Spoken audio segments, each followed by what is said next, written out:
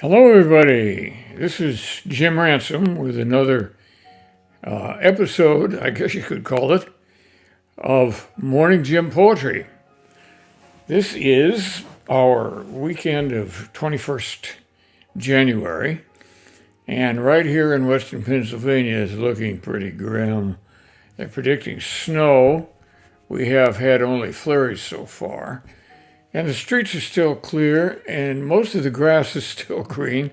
So why could anybody complain about that? However, we haven't seen the sun for quite a while. It's cloudy. So we're going to try to find some poetry to cheer you up. But what I've actually tried to do is select some poetry that goes back over the last 3 centuries, but has some elements in common. I am particularly happy to be reading some humorous poetry today, as well as one poem that can best be described as science fiction. Let's start with George Arnold. I don't know how many of you are familiar with George Arnold. I certainly wasn't until recently. He was a contemporary of many early American literary figures, but functioned mainly as a newspaperman. He edited some transient newspapers of the time, and yet he wrote quite a bit of poetry. Here's one I thought you might enjoy. It's called, I've enjoyed it. It's called Beer, by George Arnold. Beer. Let's find it here.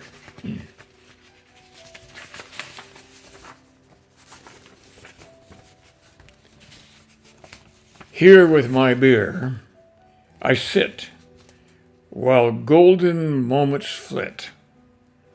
Alas, they pass by unheeded, and as they fly, I, being dry, sit idly sipping here my beer. Oh, far finer than fame or riches are the graceful smoke wreaths of this free cigar. Why should I weep, wail, or sigh? What if luck has passed me by? What if my hopes are dead, my pleasures fled? Have I not still my fill of right good cheer, cigars and beer? Go, whining youth, forsooth, go weep and wail, sigh and grow pale. Weave melancholy rhymes on the old times, while joys like shadowy ghosts appear. But leave me to my beer. Gold is dross, love is loss. So, if I gulp my sorrows down, or see them drown in foamy draughts of old nut brown, then do I wear the crown without the cross? That poem was first published in Drift, A Seashore Idol, and Other Poems in 1866. He died at the age of 32 in 1865. Whether this had anything to do with the Civil War, I couldn't find it in the brief biography of him that I did find. Most of his newspaper tales were written under the name of Macaron. And that was not uncommon in those days, to write anonymously. But I thought this poem of his, Beer, was hilarious and well done. in terms of its rhyme and verse structure. It was really ahead of its time. Now, not to let the 19th century outdo the 20th century, we're going to have to read a humorous poem from the 20th century. And whose poetry would we read from the 20th century? Ogden Nash, of course. The best humorist, probably, of that century. And he wrote a poem called A Beginner's Guide to the Ocean. Let us now consider the ocean. It is always in motion. It is generally understood to be the source of much of our rain, and 10,000 fleets are said to have swept over it in vain. When the poet requested it to break on its cold gray rocks, it obligingly broke, which, as the poet was Alfred Lord Tennyson, didn't surprise him at all, but if it had been me, I would probably have had a stroke.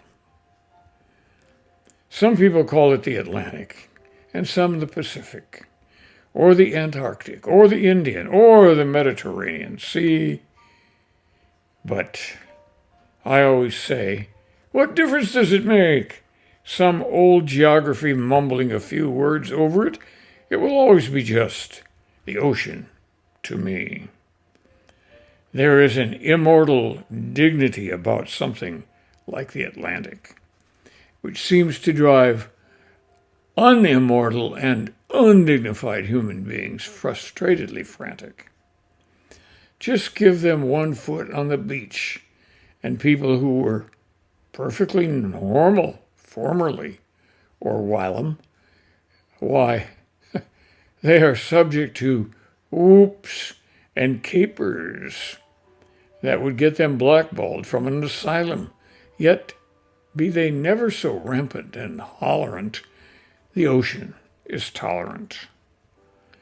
Except a couple of times a day, it gives up in disgust and goes off by itself and hides. And that, my dears, accounts for the tides. I think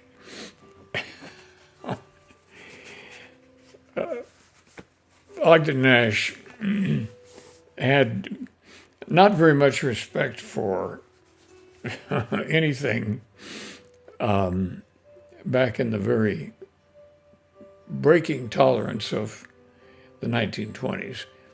And so he could create his own words like hollerant if he wanted to. After all, the rhyme was everything for him. The rhyme and the humor that he could put into his frequently unique and made-up rhymes. So, that's The Ocean, A Guide to the Ocean by Ogden Nash. And I'm going to end by reading a modern poem, which can only be called futuristic. I think it is also humorous, but that could be open to interpretation. It depends on how much you're into science fiction. And so the name of this poem, if I can find it, yes, here it is. The name of this poem is The Robots Are Coming by Kyle Dargan. With clear-cased woofers for heads, no eyes, they see us as a bat sees a mosquito, a fleshy echo, a morsel of sound. You've heard their intergalactic tour buses purring at our stratosphere's curb. They await counterintelligence transmissions from our laptops, and our blue teeth await word of humanity's critical mass, our ripening. How many times have we dreamed it this way? The age of the machines, post-industrial terrors, whose tempered paws, 5 welded fingers, wrench back our roofs, siderophilic tongues seeking blood, licking the crumbs of us from our beds. Oh, great nation, it won't be pretty. What land will we now barter for our lives? A treaty inked in advance of the metal one's footfall. Give them Gary. Give them Detroit, Pittsburgh, Braddock, those forgotten nurseries of girders and axles. Tell the machines we honor their dead. Distant cousins they were. Tell them we tendered those cities to repose out of respect for welded steel's bygone era. Tell them Ford and Carnegie were giant men, that war glazed their palms gold. Tell them we soft beings mourn manufacture's death as our own. This is from a book Kyle Dargan wrote called Robots Are Coming, from Honest Engine. The poem was the one we just read, The Robots Are Coming, and it's from a book called Honest Engine, copyrighted in 2015, so it's a fairly new one. Kyle Dargan is a African-American poet, and I'd say this Robots Are Coming is a very original futuristic story poem. We could say it is a poetic form of science fiction, which is a separate category of literature if we want to. This poem was first published in 2015, as I mentioned, in a book he wrote.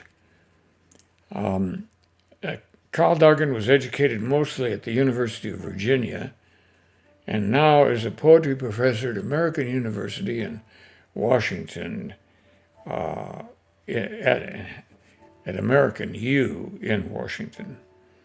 He has published 3 books of poetry to date, plus he's had poems in various literary magazines.